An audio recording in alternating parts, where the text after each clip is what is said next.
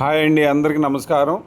2 కేజీల నాటుకోడి చికెన్ కర్రీతోటి డెలిషియస్ రెడ్ చికెన్ కర్రీ చేసుకుందాం. 4 పెద్ద ఉల్లిపాయలు, 2 టమోటా, 4 పచ్చిమిరకాయలు ముక్కలు చేసి జార్లు వేసుకుని, అదేవిధంగా టేబుల్ స్పూన్ ధనియాల పౌడరు, పావు టేబుల్ స్పూన్ జీలకర్ర పౌడరు ఇందులో వేసుకొని, 1 టేబుల్ స్పూన్ నువ్వులు కూడా వేసుకొని, తెల్ల నువ్వులు, 4 స్పూన్లు కారం, సరిపడా సాల్టు, 1 కప్పు పెరుగు ఇందులో వేసుకొని, ఫ్రెష్ పెరుగు వేసుకొని మెత్తగా మిక్సీ పట్టుకుందాం. దీన్ని జార్లు వేసుకొని ఈ విధంగా మెత్తగా ఉండేటికి మిక్సీ పట్టుకొని ఈ విధంగా పేస్ట్ చేసుకొని పక్కన పెట్టుకుందాం.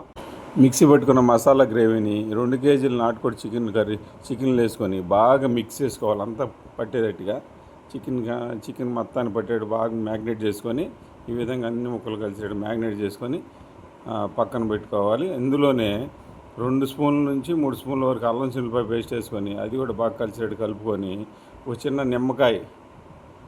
నిమ్మకాయని కట్ చేసి జ్యూసు పిండుకోవాలి. అందులో పిండుకొని మూత పెట్టి పక్కన పెట్టుకోవాలి.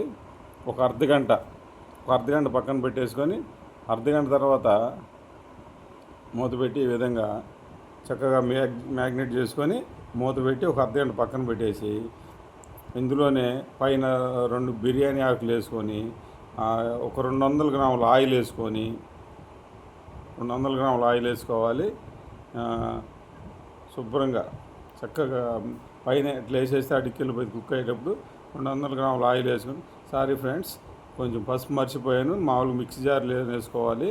ఇప్పుడు పావు టేబుల్ స్పూన్ పసుపు చల్లుకొని మూత పెట్టి హైలో 10 నిమిషాలు కుక్ చేసుకోవాలి.